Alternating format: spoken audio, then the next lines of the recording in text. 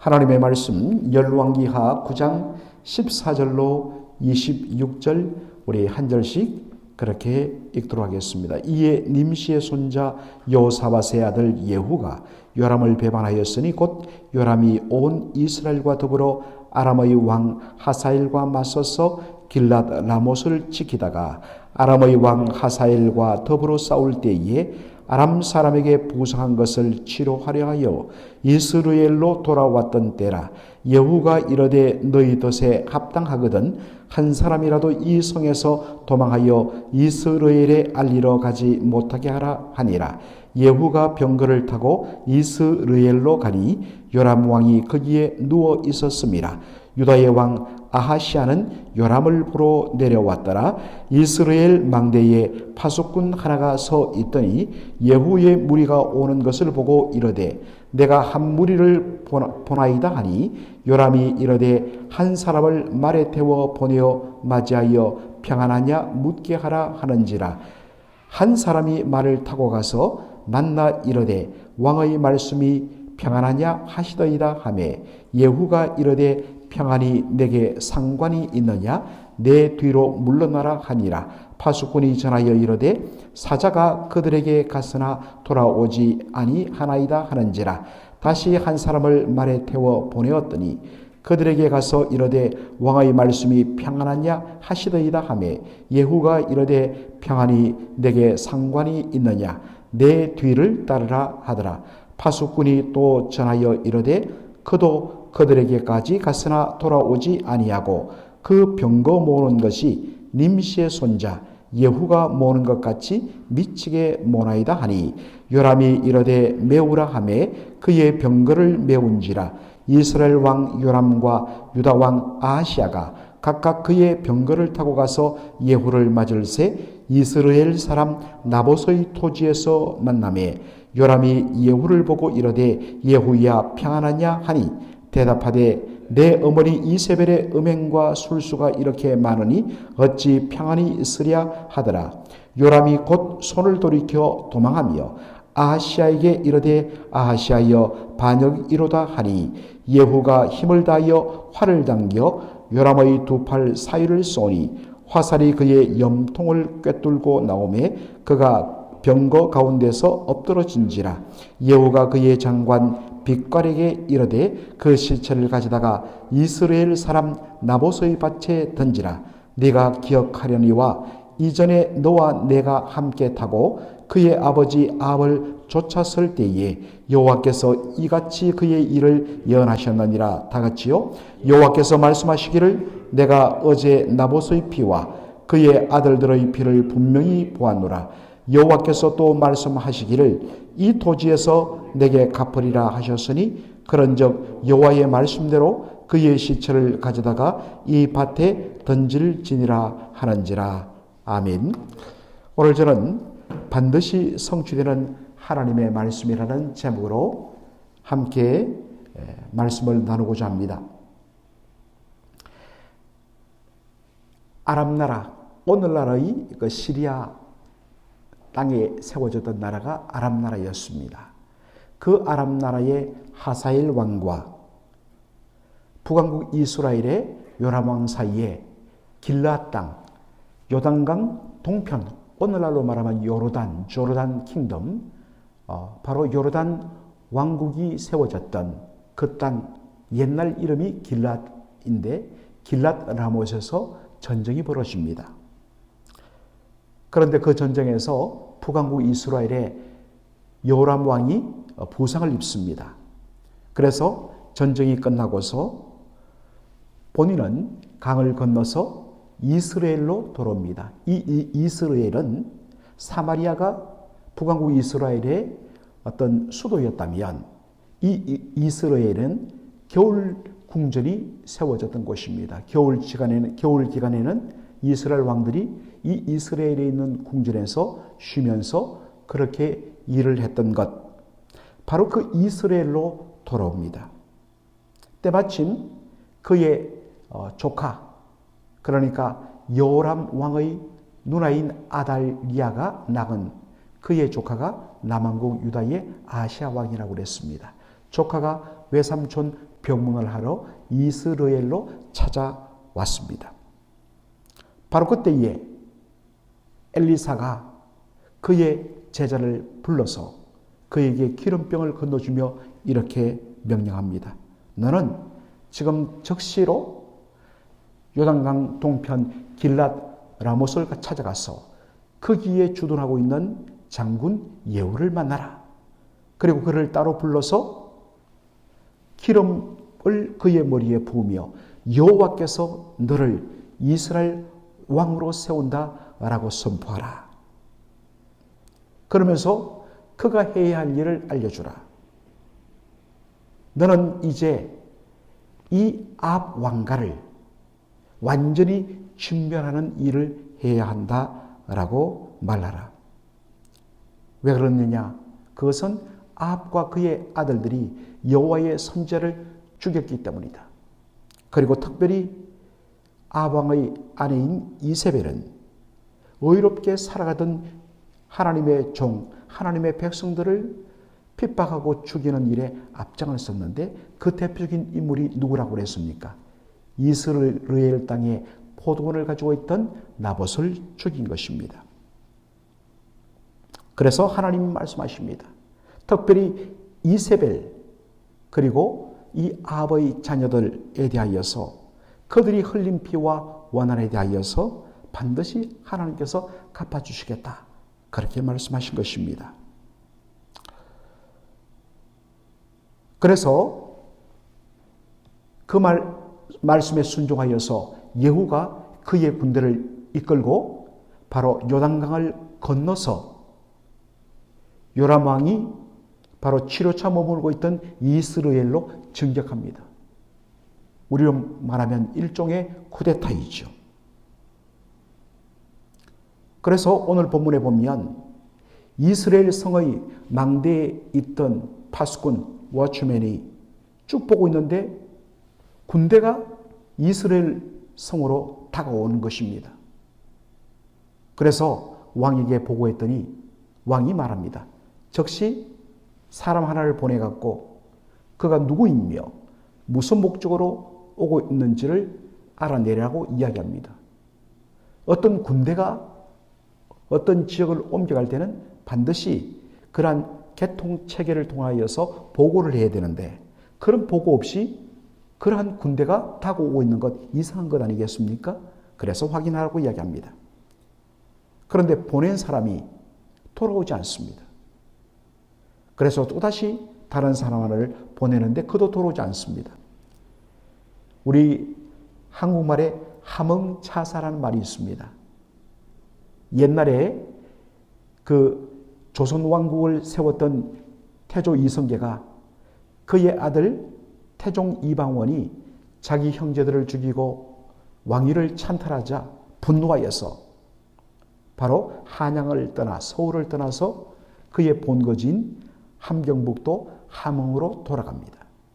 그리고 거기서 이 아들을 내가 썰어버리고 다시 그 왕권을 되찾겠다라는 준비를 하고 있던 것, 그 소식을 들은 태종 이방원이 아버지 태조 이성계의 마음을 돌리기 위해서 함흥으로 사람을 보냅니다. 그 보낸 사람 직분이 차사인데 함흥으로 간 차사는 돌아오는 법이 없다. 왜냐하면 가자마자 이방원이 보냈구나 해서 목을 잘랐기 때문입니다. 수많은 사람들이 함흥으로 차사를 갔다가 돌아오지 못했다. 그래서 함흥차사다. 그래서 요즘에 바로 갔던 사람이 소식 없이 돌아오지 않을 때 함흥차사다. 그런 말을 우리가 쓰지요. 마치 그런 케이스입니다. 그래서 답답한 이 요람 왕이 직접 병거를 타고 직접 예후를 만나러 갑니다. 그 자리에 자신의 조카인 남한국 유다의 아시아 왕도 동참을 합니다. 그래서 예후의 군대가 다가오고 바로 요람 왕과 그의 신하들이 병거를 타고 다가가서 딱 만난 그 자리가 하필이면 어디였다고요? 바로 이스라엘 사람 나봇이 가지고 있던 포도원, 그런데 여기 보니까 밭이라고 되어 있습니다. 왜 포도원이 밭이 되었느냐? 그렇죠. 온갖 거짓말과 모함으로 바로 이 의롭던 하나님의 사람 나봇을 죽이고 그의 포도원을 빼앗아서 그것을 바로 채소밭으로 바꾸어 버렸기 때문입니다. 바로 나봇이 예전에 소유하고 있던 그 밭, 바로 그 자리에서 만난 것입니다. 요람 혹은 요람이 말합니다. 예후에게 말합니다. 너는 평안하냐? 샬롬이라고 묻습니다. 그러자 예후가 이렇게 말합니다. 너의 어머니, 너의 음이 이세벨의 음행과 술수가 이렇게 많으니 어찌 평안하리요? 여러분, 여기에 음행이라는 것은 육적인 어떠한 그런 어들터리 음행을 말하는 것이 아니라 영적인 의미에서의 음행, 곧 우상 숭배를 가리키는 말입니다. 온갖 우상 숭배와 온갖 술수로 인하여서 하나님의 백성들이 너무나 고통스러우니 어찌 평안할 수 있겠느냐라고 말합니다. 이 말을 듣자마자 요람 왕이 소리칩니다. 아하시아여, 이것은 반역이다. 반역이다 라고 소리치는 순간, 그리고 도망하는 그를 향하여서 예후가 활을 쏘는데 그 활이 그대로 그의 몸을 관통하며 염통을 꿰뚫고 그 자리에서 죽고 맙니다. 그리고 아하시아는 내일 본문에 보겠지만 도망치다가 추격하던 예후의 바로 부하들에 의해서 그도 죽임을 당합니다.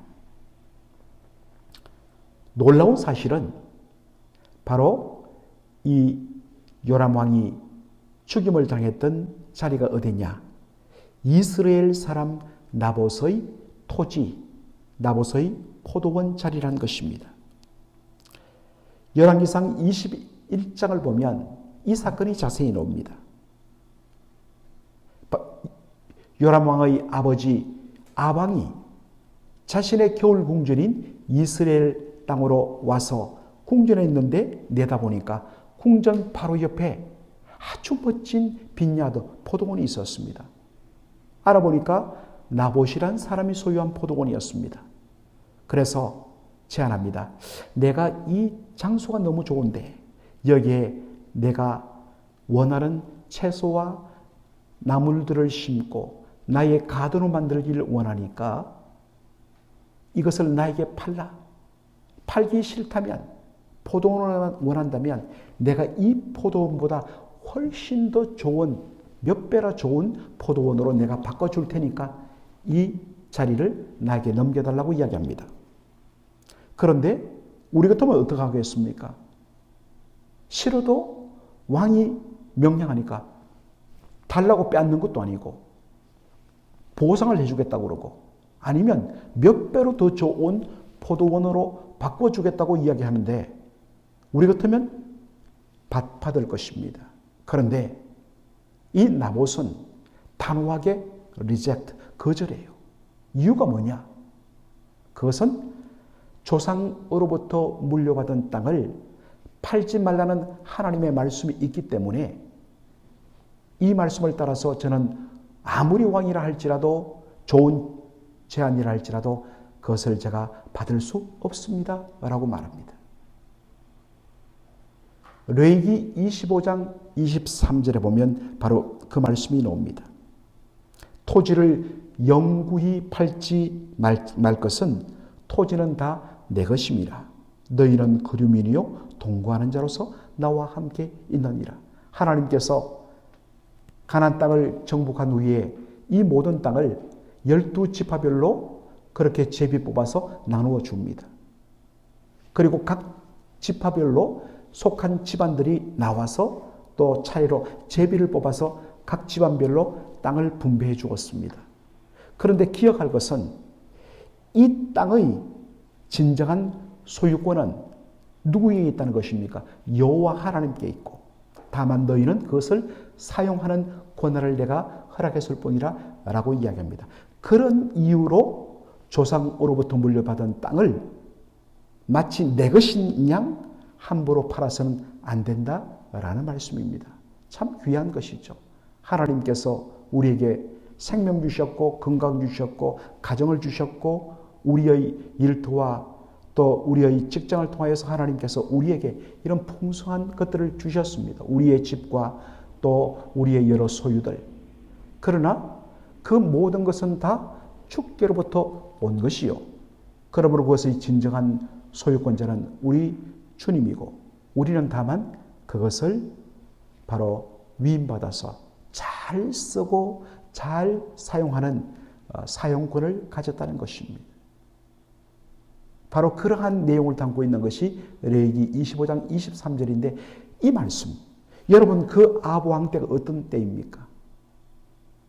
하나님을 믿는 믿음이 완전히 사라져버린 때 아니겠습니까? 그런데 그 영적으로 어두운 시대에 홀로 그 오래전 모세 때에 하나님께서 주신 그 말씀을 그대로 간직하며 그 말씀을 지키고 살았던 것입니다. 왕의 부탁을 거절했다는 말을 듣고서 아방이 속이 상해서 밥을 먹지 않습니다. 이 어른이. 그러니까 그 이야기를 들은 그의 아내 이세벨이 내가 이 땅을 반드시 당신께 돌리겠다라고 말하고서는 이스라엘 지역의 바로 장로들과 지도자들에게 편지를 보냅니다. 거짓 정인 두 사람을 세워서 동네 사람들을 다 모으고 그들 앞에서 내가 듣기를 이 나봇이 하나님을 저주하고 왕을 저주했다라고 거짓말하라. 그러면 분노한 사람들이 돌을 들어서 그를 쳐 죽일 것이다. 그리고 그대로 이루어졌습니다. 나봇뿐만 아니라 그의 아들들도 다 죽였어요. 이게 열왕기상 21장에 나옵니다. 그리고 나서는 그 나봇의 포도원을 빼앗아버리고 그것을 아합이 원하던 채소밭으로 만들어 줘버립니다. 그때 하나님께서 엘리야를 통하여 말씀하셨습니다. 바로 이 이스라엘 땅 나봇의 밭에서 아합에게 속한 모든 자들이 죽임을 당할 것이다. 예후는 이 하나님의 말씀에 근거하여 바로 아합의 아들 여호람을 그 자리에서 죽여버릴 것입니다.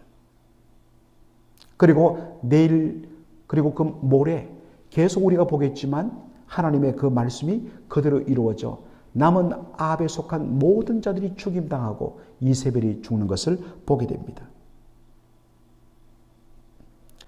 하나님의 말씀과 약속은 반드시 이루어진다는 사실입니다.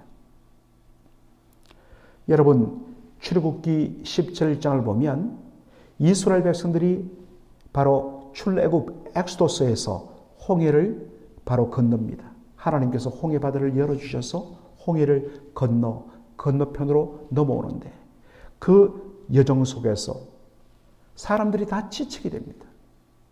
특별히 노약자들, 나이 많은 어른들과 어린 아이들이 특별히 지칩니다. 그런데 어떤 일이 일어나느냐? 이 지쳐버린 특별히 연약한 자들을 뒤에서 와서 치고 공격하고 죽인 아말렉 족속이 있었다는 것입니다. 그때 하나님께서 말씀하셨습니다. 너희가 약속의 땅에 들어가서 모든 사박이 평안함을 얻으면 반드시 아말렉 족속을 쳐서 진멸하라 라고 이야기합니다. 그 이유는 연약한 내 백성을 공격했기 때문에 하나님 견딜 수 없다는 것입니다. 그런데 그 말씀이 언제 이루어지느냐? 그로부터 400년 지나서 사울 왕 그리고 다윗 왕에 의해서 온전히 성취되는 것을 봅니다. 여러분 당장 일어날 것 같지 않지만 하나님께서 하신 말씀은 반드시 이루어진다는 사실입니다. 그러므로 진정 하나님의 백성은 하나님의 약속의 말씀 붙들고서 세상 누가 뭐라고 하든지 꿋꿋하게 그 어두운 시대 속에서 하나님의 말씀을 따라 살아갈 때 때로는 손해도 보고 억울함도 볼 것이지만 하나님께서 약속하신 말씀은 반드시 이루어진다는 이 믿음을 가지고 살아가는 믿음의 사람 되기를 주의 이름으로 축원합니다. 아멘.